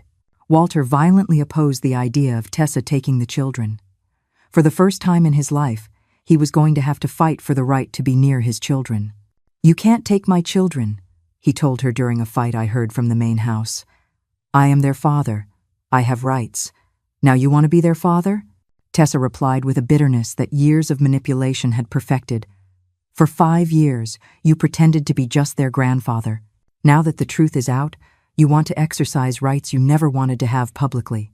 It was a fight between 2 people who had destroyed a family together and were now fighting over the pieces. I listened to them from my kitchen, feeling a mix of satisfaction at seeing them finally face the consequences of their actions and sadness for the children who would suffer because of the adults' decisions. In the end, Tessa carried out her threat. In July 2019, she took Clara, Wyatt, and Zane to Phoenix.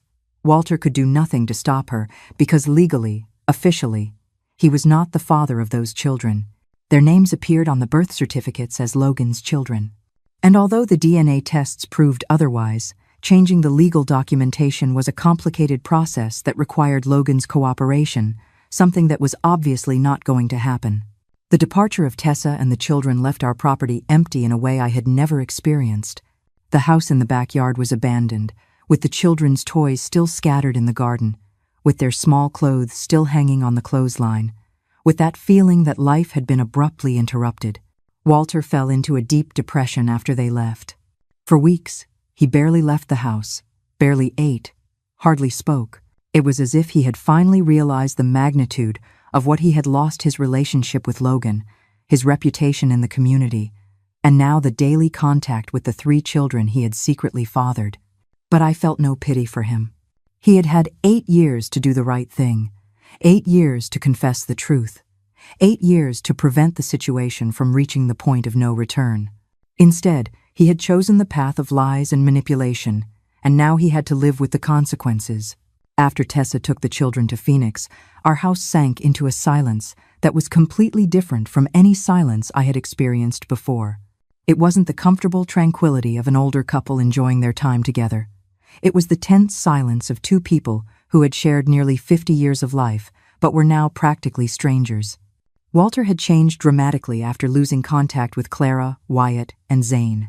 The man who for years had been a master of manipulation and deceit now seemed like a defeated, empty man, as if all his energy had been drained from maintaining the lies for so long. He would spend hours sitting in his brown leather chair, looking towards the empty house in the backyard, as if expecting Tessa and the children to return at any moment. He had started drinking more than usual, not to the point of becoming an alcoholic, but enough for me to notice the smell of beer on his breath early in the day. One afternoon in August, while he was in that routine of self-pity, I made a decision I had been considering for weeks. I sat across from him in the living room, waited for him to look at me, and said something I had been rehearsing in my mind for days. "Walter, we need to talk about our future." He looked up from the newspaper he was pretending to read, and looked at me with that empty expression that had become so familiar in recent weeks. "What future, Celeste? We don't have a future anymore. You destroyed everything." There he was again, blaming me for the consequences of his own actions. But this time, I had a plan. "You're right about one thing, Walter. Our future as a married couple no longer exists. I can't go on living as if nothing happened, pretending we're still a married couple when you were in love with another woman for 8 years. For the first time in weeks, I saw something like panic in his eyes. "Celeste, I know what I did was wrong, but we can work on this. We can go to marriage counseling. We can—" "No, Walter," I interrupted with a firmness that surprised even me. "There is no therapy that can fix this. There is no way to go back to the time when I trusted you. That woman no longer exists." Over the next few hours, we had the most honest conversation we'd had in years. I explained that I had decided to separate from him, not legally at first, because that was complicated and expensive, but physically and emotionally.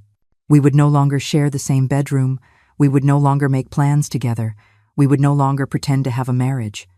"You can stay in this house," I said, as I planned the details of our new arrangement. "But you'll live in the guest room." "I'm keeping our master bedroom. We'll split the household expenses down the middle, and each of us will be responsible for our own food, our own laundry, our own needs." It was a de facto divorce without the legal papers, a practical separation that gave me the emotional freedom I needed without the legal costs I couldn't afford. Walter tried to negotiate, tried to convince me that we could work things out, but I had made a definitive decision. The 8 years of gaslighting, manipulation, and betrayal had killed any feelings of love I might have had for him. What remained was only resentment, pain, and a desperate need to reclaim my own identity. "And what will people say?" he asked, as if the neighbor's opinion was more important than my emotional well-being. "People already know the truth, Walter. They already know our marriage was a lie. If they're worried about what we're doing now, that's their problem, not mine." Over the following weeks, we established a strange but functional routine. Walter would get up early, go to work, come back in the afternoons, and shut himself in his new bedroom. I maintained my normal routine, getting up, doing my chores, going to the market, cooking for myself, watching television in the living room that now felt completely mine. It was strange to live in the same house with someone, but without interacting beyond what was absolutely necessary. We were like two strangers, sharing the same space for economic convenience, nothing more. But the most liberating thing of all was that for the first time in 8 years, I didn't have to question my own sanity. I didn't have to wonder if what I was seeing was real or imaginary. I didn't have to walk on eggshells around a man who made me feel like I was crazy. My mind was clear, my instinct had been vindicated, and for the first time in years, I felt like myself again. My contact with Logan became more regular after the separation. My son would come to visit me on Sundays, sometimes with Sophie and Mason, sometimes alone. It was painful to see how much he had changed, how much he had aged in the few months since he had discovered the truth about his marriage. "Mom," he said one Sunday as we drank coffee in the kitchen, "I'm so sorry for everything you had to go through all these years. I'm so sorry I didn't believe you when you told me something was wrong." "It's not your fault, son," I replied, as I poured him more coffee in his favorite mug, the blue one with little flowers he had used since he was a boy. "You trusted the people you were supposed to trust. The problem wasn't you. The problem was that those people didn't deserve your trust." We talked about his divorce proceedings, which he had initiated immediately after the revelation. Tessa hadn't contested it. In fact, she seemed relieved to be able to legally end a relationship that had been a lie for years. The proceedings were complicated, especially regarding child custody, but Logan had decided he only wanted full custody of Sophie and Mason. "It's not that I don't love Clara, Wyatt, and Zane," he explained as he looked at the family photos still hanging on the kitchen wall. "But I can't raise children as my own when I know they're not. It would be unfair to everyone, including them." It was a difficult but sensible decision. Logan had decided he was going to be completely honest about the situation, that he wasn't going to perpetuate the lies that had destroyed his life for so many years. Sophie and Mason were slowly adjusting to their new reality. Sophie, who was now 9, had started asking questions about why they no longer lived with their younger siblings, why their mom didn't live with them, why their grandpa Walter seemed so sad all the time. Logan had decided to be honest with her, tailoring the truth to what a girl her age could understand. "I told her that her mom and I were getting a divorce because we had very serious problems," Logan told me while Sophie played in the yard with a new doll he had bought her. "I told her that sometimes adults make very big mistakes that hurt families, and that we were trying to fix things in the best way possible." Mason, who was 7, was too young to fully understand what had happened, but he did notice that his world had changed dramatically. He missed his old house. He missed his younger siblings. He missed the sense of security he had had before everything fell apart. Seeing my grandchildren deal with the consequences of the adults' decisions was one of the most painful parts of the whole situation. They were truly innocent, truly victims of a drama they had not created and could not control. One afternoon in September, while Sophie was helping me make lemonade, she asked me a question that broke my heart. "Grandma Celeste," she said, as she squeezed the lemons with that seriousness children sometimes have, "was it my fault that my family broke up?" "Of course not, my love," I replied immediately, dropping everything I was doing to hug her. "Nothing that happened was your fault, or Mason's, or Clara's, or Wyatt's, or Zane's. It was the fault of the adults who made very bad decisions." "Then why did Clara, Wyatt, and Zane leave? Why can't we all live together anymore?" It was impossible to explain the complexity of the situation to a 9-year-old girl without completely destroying her innocence. "Sometimes," I said as we continued making the lemonade, "when adults make very big mistakes, families have to change. But that doesn't mean we stop loving each other. You will always be my granddaughter. Mason will always be my grandson. And I will always love you no matter what happens." It was an incomplete answer, but it was the best I could give without betraying her trust in the adults around her. During those months, I also started to plan what my new life as a 72-year-old separated woman would be like. For the first time in decades, I had to think of myself as an individual, not as half of a couple, not as Walter Coleman's wife, but as Celeste Coleman, a woman with her own interests, her own needs, her own dreams. There were things I wanted to do that I had postponed for years because Walter wasn't interested or because we didn't have the money. I wanted to learn how to use a computer so I could communicate with my sisters who lived in other cities. I wanted to take craft classes at the community center. I wanted to travel to see the autumn leaves in New England, something I had only seen in pictures during my 72 years of life. I also wanted to do something constructive with the painful experience I had lived through. I wanted to find a way to help other women who were going through similar situations, women who were being manipulated and gaslighted by their partners, women who were questioning their own sanity because everyone around them told them they were imagining things. One afternoon, while organizing my papers at the desk that had belonged to my mother, I found the notebook where I had documented all the inconsistencies in Walter's behavior over those years. I reread all my notes, all the small pieces of evidence I had collected, and I realized I held in my hands a complete manual on how to detect infidelity and psychological manipulation. That notebook became the foundation of what would be my new mission in life. I was going to use my experience to help other women, to teach them to trust their instinct, to show them that they weren't crazy when they suspected something was wrong in their relationships. In October 2019, 6 months after the revelation that had changed everything, I started attending a support group for divorced and separated women. It met on Wednesday afternoons at the local community center. It was a small group of about 8 or 10 women of different ages, all dealing with their own marital dramas. At first, I just listened, but after a few weeks, I began to share my own story. I told them about the 8 years of gaslighting, about how I had documented the inconsistencies, about the DNA tests that had confirmed my suspicions. I spoke to them about the importance of trusting their gut, about how to collect evidence when they suspect something is wrong. A woman's intuition is not paranoia, I told them in one of those meetings, as we sat in a circle on white plastic chairs. We, as women, have a highly developed instinct for detecting when something is wrong in our relationships. If something inside you is screaming that your partner is lying, don't ignore that voice. Mary, a woman in her 50s who suspected her husband had another family, asked me how I had managed to keep my sanity during all those years of manipulation. By writing everything down, I replied, pulling my notebook out of my bag. Every inconsistency, every lie, every moment they made me feel crazy. When you write it down, it becomes real. It becomes evidence. And when you have evidence, it's harder for them to convince you that you're imagining things. Those meetings became the most important part of my week. It was incredible to discover that I wasn't the only woman who had been through that experience, that psychological manipulation in relationships was much more common than I had imagined. There were women who had been convinced they were unreasonably jealous, women who had been told they were paranoid for suspecting infidelities that later turned out to be real. Women who had lost years of their lives doubting their own sanity because their partners were masters of manipulation. But I also discovered something else, that there was an incredible strength in older women like me, a wisdom that came from having survived so many difficulties, a resilience that only develops after decades of facing problems and finding solutions.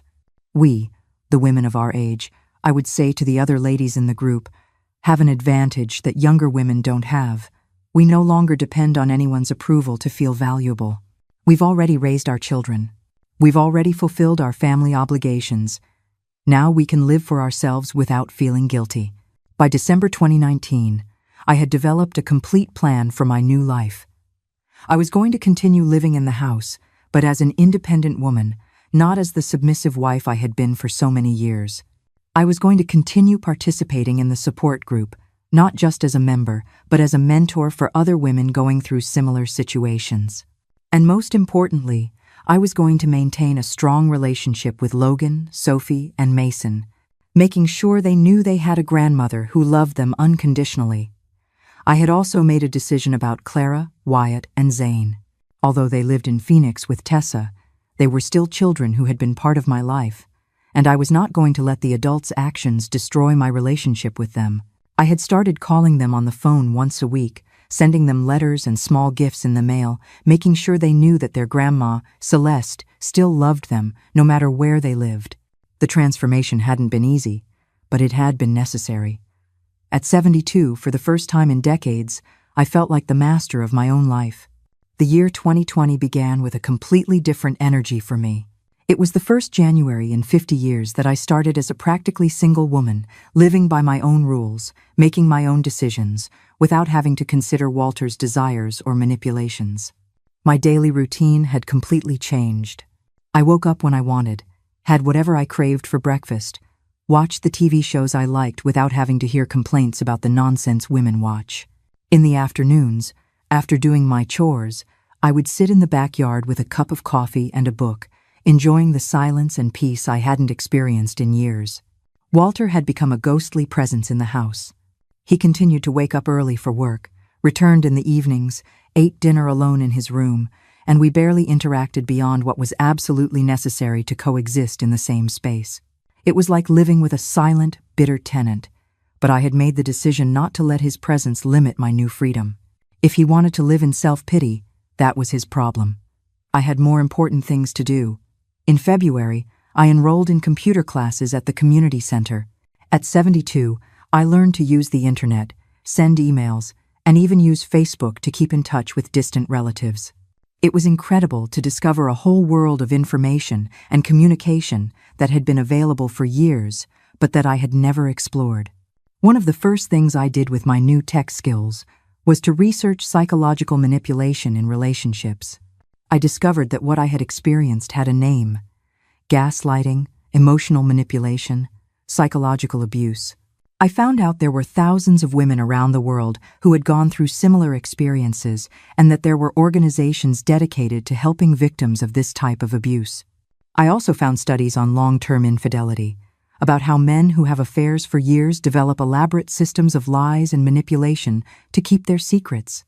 Reading those studies helped me understand that what Walter had done was not an impulsive mistake or a momentary weakness. It was a systematic pattern of deception that he had maintained for nearly a decade. In March, when the COVID-19 pandemic hit the United States and we all had to stay home, the forced cohabitation with Walter became more tense than usual. Being locked in the same house 24/7 without being able to escape into our normal routines made the tension between us almost unbearable. But it also gave me the opportunity to observe him in a way I hadn't been able to in years. Without the distraction of work, without the presence of Tessa and the children, Walter was simply a 73-year-old man who had destroyed his family over a sick obsession with a woman 30 years his junior. I saw him pacing the house like a caged animal, constantly checking his cell phone, waiting for messages that rarely came, lost in memories of a relationship that had been fundamentally unhealthy from the start. It was pathetic, but it was also justice. For the first time in years, he was experiencing the consequences of his actions without being able to escape them. During the quarantine, Logan called me every day to make sure I was okay. His calls became one of the most important parts of my day, not just because they kept me connected with him and my grandchildren, but because they reminded me that there were people in my life who genuinely cared about my well-being. "How's Dad?" he would sometimes ask, and I could hear in his voice that the question was difficult for him. "He's physically fine," I'd answer honestly. "But emotionally, I think he's finally realizing what he lost." It was true. During those months of confinement, I had seen Walter in moments of vulnerability that revealed the depth of his regret. Not regret for hurting his family, but regret for losing what he had with Tessa and the children. Even in his pain, he remained fundamentally selfish. One night in April, while I was watching the news in the living room, I heard something that caught my attention. Walter was in his room talking on the phone in a low voice, but the walls of our house were thin, and I could hear snippets of the conversation. "Tessa, please, I just want to know how the kids are." "No, I'm not trying to cause trouble. I just want to hear their voices." It was painful and revealing. At the same time, Walter had lost not only the woman he had secretly loved for years, but also the 3 children he had fathered with her. It was a consequence he perhaps hadn't fully anticipated when he decided to keep the relationship secret for so long. In May, when the restrictions began to loosen a bit, I returned to my support group meetings, which were now held via video conference. Sharing my experience during quarantine with the other women in the group helped me process some of the complicated feelings I had developed towards Walter during those months of forced cohabitation. "It's strange," I told the group during a June session, "because part of me feels sorry for him. After all, he's also paying a very high price for his decisions. But then I remember all the years he made me feel like I was crazy, and that pity completely disappears." One of the women in the group, Mrs. Gable, who had discovered her husband had a whole other family in Las Vegas, said something that resonated deeply with me. "Celeste, The fact that you feel sorry for him from time to time doesn't mean you have to forgive him or that you have to go back to him. It means you're still a person with empathy, which is good. But that doesn't change the fact that he chose to hurt you for years, and you deserve to live without that toxicity in your life. She was right. I could acknowledge that Walter was suffering the consequences of his actions without feeling obligated to comfort him or sacrifice my newfound peace of mind for his emotional well-being. In August, I received a call I wasn't expecting. It was Tessa, calling from Phoenix. "Mrs. Coleman," she said in a voice that seemed much more mature than the woman I had known years ago, "I wanted to talk to you about the children." My first instinct was to hang up the phone. After everything that had happened, after all the years of manipulation and gaslighting, I had no desire to hear anything Tessa had to say, but something in her tone made me stay on the line. "Clara has been asking about you," she continued, "and about Mr. Coleman. She doesn't understand why she suddenly doesn't see you anymore, why you don't live in the same house she knew as her home." It was a complicated issue. Clara was 6, Wyatt was 4, and Zane was just 2. For them, the world had changed dramatically without explanation, and as children, they couldn't understand the adult complexities that had caused this transformation. "What do you want me to do, Tessa?" I asked, trying to keep my voice neutral. "I wanted to ask if you would be willing for the children to come and visit during the Christmas break. I'm not asking you to forgive what happened or for us to act like nothing happened. I'm just thinking about what's best for the children." It was a complicated request that required me to separate my feelings toward Tessa from my feelings toward the children, who were not to blame for the adults' decisions. After thinking about it for several days, I decided I would accept the visit, but with very clear conditions. The children could come, but Tessa would stay in a hotel. The visits would be supervised and limited in time. And most importantly, during these visits, no one was going to pretend we were a happy, reunited family. We were going to be honest about the fact that the situation had permanently changed. "Okay," I replied when I called her back, "but you have to stay in a hotel, and the visits will be at my house, under my rules." In December 2020, Clara, Wyatt, and Zane came to Malibu for a week. Seeing those children after more than a year was an incredibly complex emotional experience. They had grown so much, especially Zane, who was now speaking in full sentences and had lost the baby face he had when they left. Clara, who was now 6, hugged me as if no time had passed, but she also asked questions that broke my heart. "Grandma Celeste, why does Grandpa Walter look so sad? Is it because he doesn't love us?"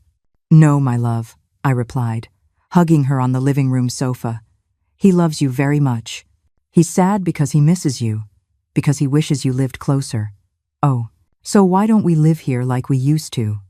It was impossible to explain to a 6-year-old girl that her grandfather was actually her father, that her mother had cheated on her husband for years, that the entire family structure she had known for the first few years of her life had been built on lies.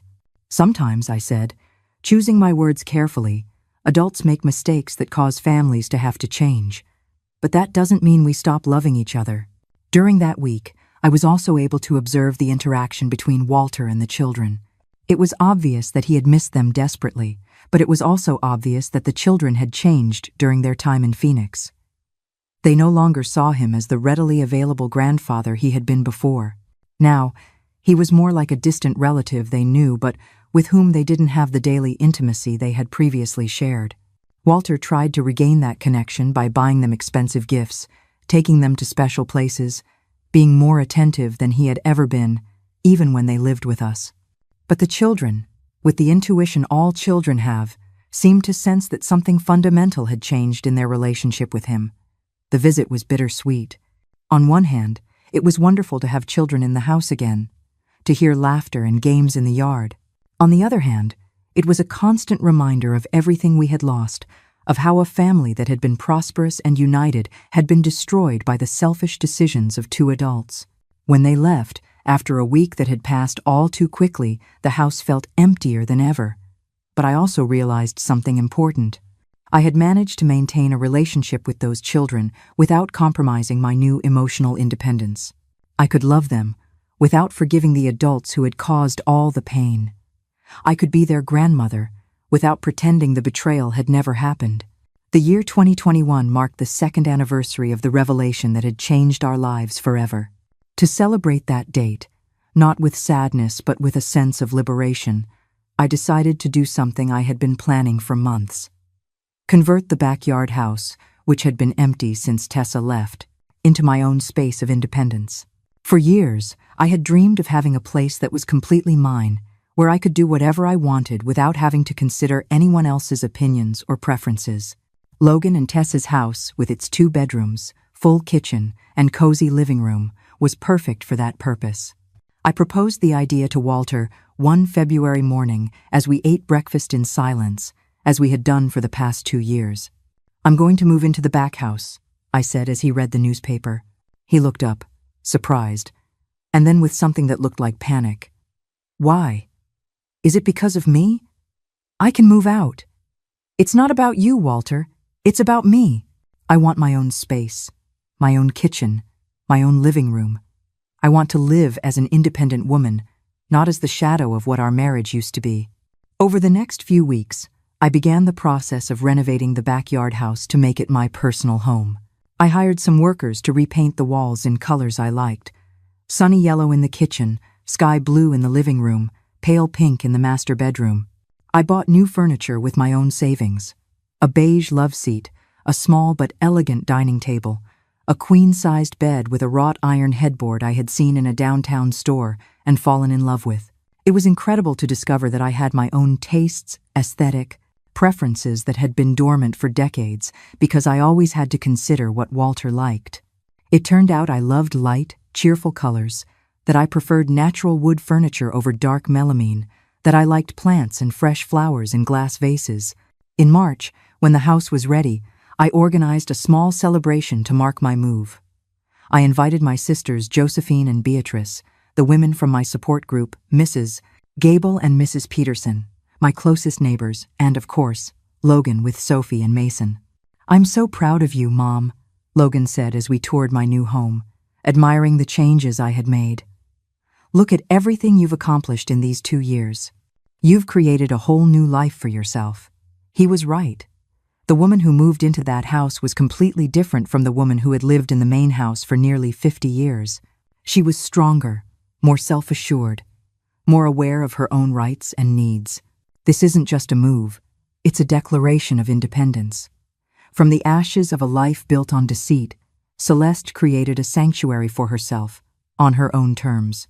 Her story is a powerful reminder that it is never too late to reclaim your life, and the final chapter of her journey is the most inspiring of all. My daily routine changed completely after the move.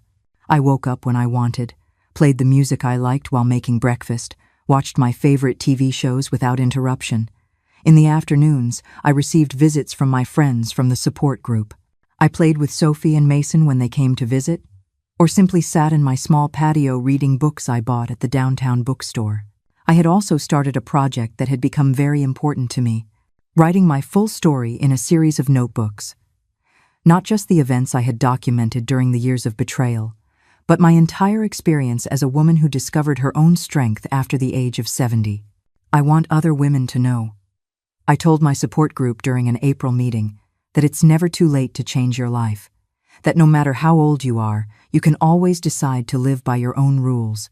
Mary, who was still dealing with her own divorce after discovering her husband's second family, asked if she could borrow my notebooks to read them.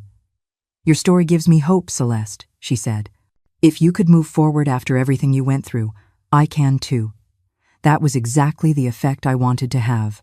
I wanted my experience to serve as proof that older women don't have to resign themselves to living in situations that make them unhappy, that they don't have to accept betrayal or manipulation just because they've been married for many years. In June, I received a call that changed my perspective on a few things. It was my friend Martin, the lab technician who had helped me with information about the DNA tests. "Celeste," he said, "I have some news about your family situation that might interest you." It turned out that Walter had gone to the lab where Martin worked, asking for information on how to legally establish paternity for Clara, Wyatt, and Zane. Apparently, he had decided he wanted to officially recognize those children as his own, change their birth certificates, and assume legal and financial responsibility for them. He says he wants to do the right thing. Martin told me. That he can no longer live with the lie that they are his grandchildren, when he knows they are his children. It was a decision that made sense from an ethical standpoint, but it was also going to complicate things legally for everyone involved. If Walter officially recognized those children, Logan would have to officially renounce his paternal rights. Tessa would have to explain to the authorities why she had registered the children with the wrong father, and the whole family would have to publicly deal with the legal consequences of years of deception. When I told Logan about Walter's plans, his reaction was one of relief mixed with sadness. In a way, I'm glad, he told me during one of our Sunday conversations. I've always felt that those kids deserve to know who their real father is. But it's also sad to think about all the time we lost living a lie. The legal process turned out to be even more complicated than we had anticipated.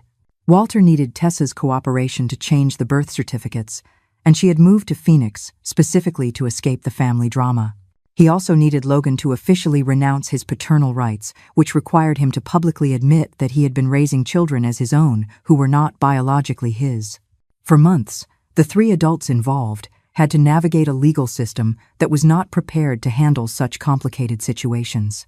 There were meetings with lawyers, visits to government offices, paperwork that required sworn statements about the true paternity of the children. I watched this whole process from my new home, feeling a mixture of satisfaction and sadness.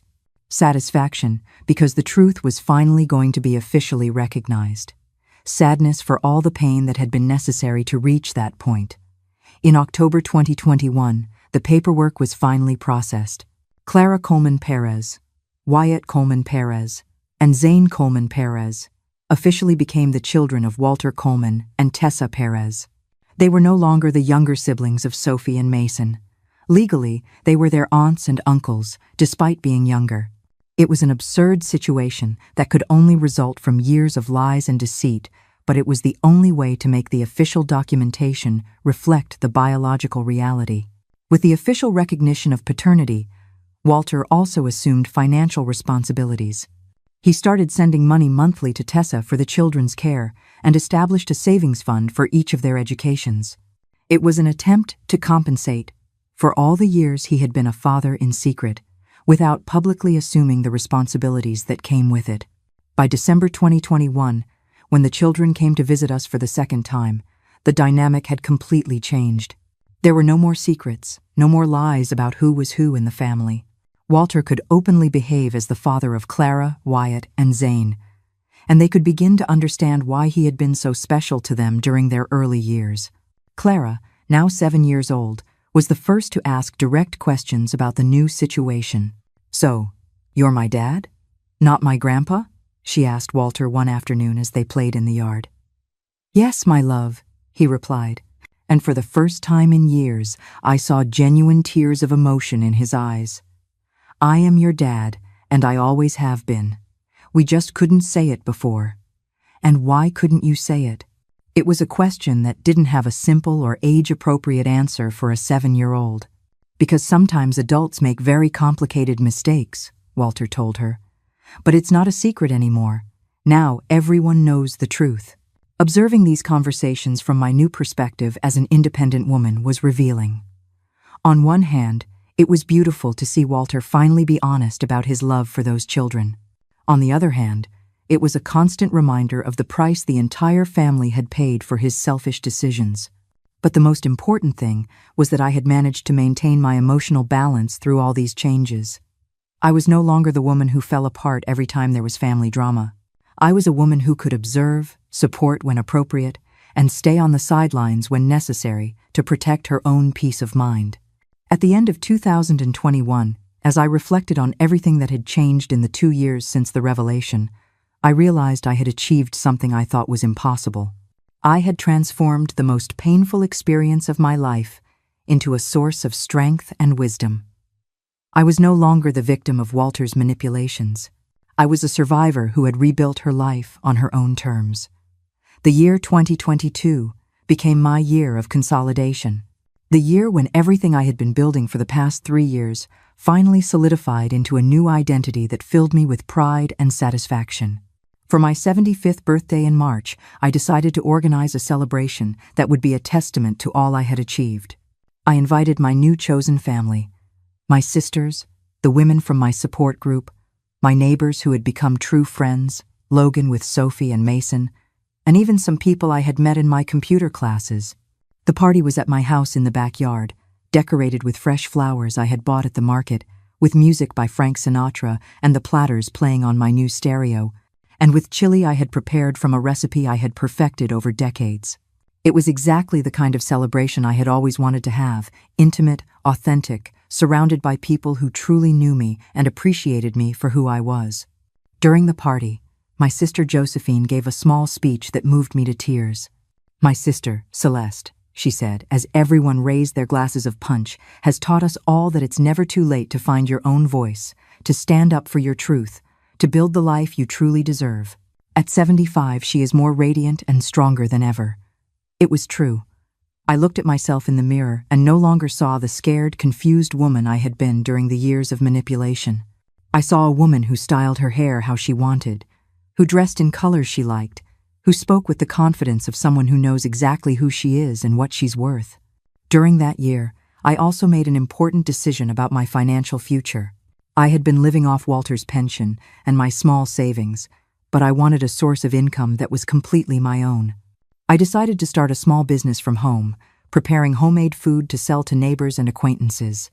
I started by making casseroles on weekends, using a recipe I had inherited from my mother and perfected over decades. I sold them for $15 each and quickly developed a clientele of people who came specifically for my chicken and broccoli casserole and my sweet potato casserole. "Mrs. Coleman," Mrs. Gable said one Saturday while buying a dozen casseroles for a family gathering, "these are better than my own mother's. What's your secret?" "The secret," I replied as I wrapped her casseroles in aluminum foil, "is to make them with self-love. When you cook for yourself, when you cook because you want to and not because you have to, the food tastes different." It was a truth I had discovered during my years of independence. Everything I did now, I did because I chose to, not because someone expected me to. That freedom of choice was reflected in everything, from the way I decorated my house to the way I prepared my food. The casserole business grew so much that I soon started offering other dishes: chili on Sundays, pot roast by order, turkey dinners during the Thanksgiving season. By the end of the year, I had a regular list of clients who depended on my food for their family celebrations. But more than the money, what gave me satisfaction was the sense of having a purpose that went beyond being someone's wife or someone's mother. I was Celeste Coleman, the lady who made the best casseroles in the Point Dume neighborhood. It was an identity I had built entirely on my own. In June, I received news that filled me with unexpected satisfaction. Tessa had decided to move back to Malibu with the children, not to our neighborhood, but to the city, so that Clara, Wyatt, and Zane could have a more regular relationship with Walter. "It's not because I want to get back with you," she clarified when she called to inform me of the move. "It's because the children need their father, and he needs to be close to them. But I'm going to live my own independent life, separate from everything that happened before." I was glad to hear that determination in her voice. For the first time since I had met her, Tessa sounded like a woman who had taken control of her own life instead of being managed by circumstances or the men in her life. When the children returned to Malibu in August, we established a new visiting routine that worked for everyone. On Saturday afternoons, they would come to my house, where I would prepare their favorite meals and teach them things I had learned over my 75 years of life. Clara had shown an interest in learning to cook, so I started teaching her basic recipes. Wyatt was fascinated with my small garden, so I taught him about taking care of plants. Zane, who was now 4, just enjoyed having a grandmother's house to play in. Walter also established his own routine with the children.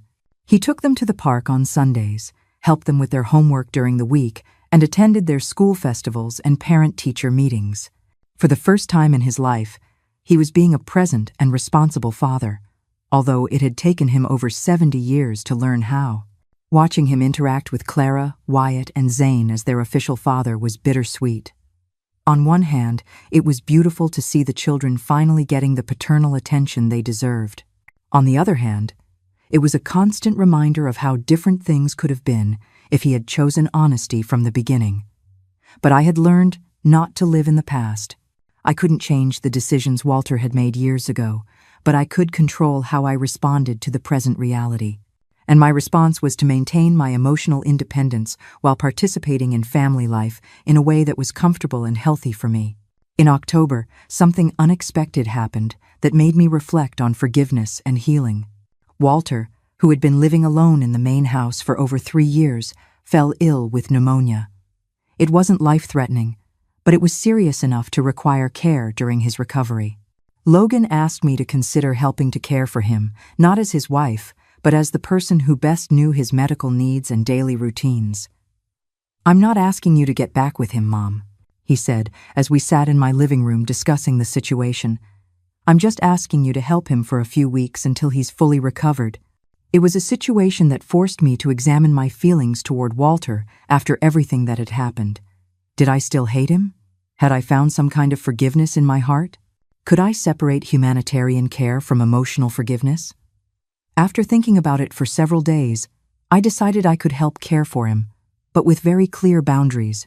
I would do it because it was the right thing to do from a humanitarian point of view, not because I had forgiven his betrayal or because I wanted to reconcile with him. During the 3 weeks I cared for Walter during his convalescence, we had the most honest conversations we'd had in decades.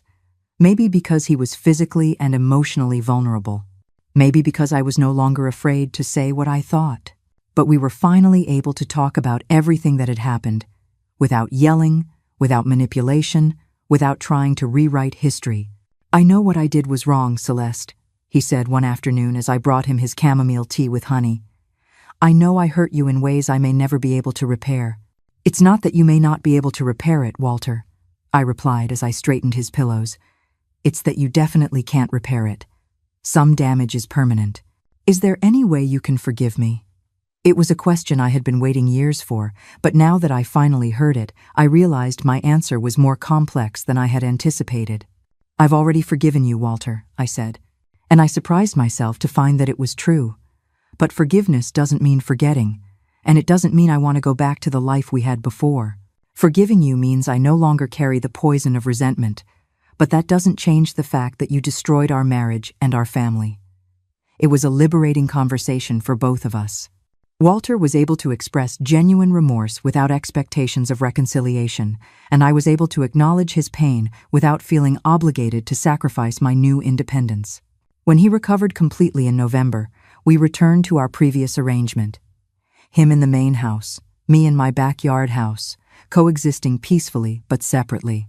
By December 2022, when it came time for my annual review, I realized I had achieved something remarkable. I had transformed a devastating betrayal into an opportunity for self-discovery. I had learned that I could be strong without being bitter, independent without being isolated, forgiving without being naive. As I prepared casseroles for the Christmas season, as I decorated my house with poinsettias, as I planned New Year's Eve dinner with my chosen family, I realized that at 75 years old, I was living the most authentic life I had ever lived. I was no longer the woman who had been married to Walter Coleman for 50 years. I was Celeste Coleman, a woman who had found her own voice, built her own life, and created her own happiness. And that woman was exactly who I had wanted to be my whole life. It just took me 75 years to find her. The ghosts of that Malibu dining room have finally faded.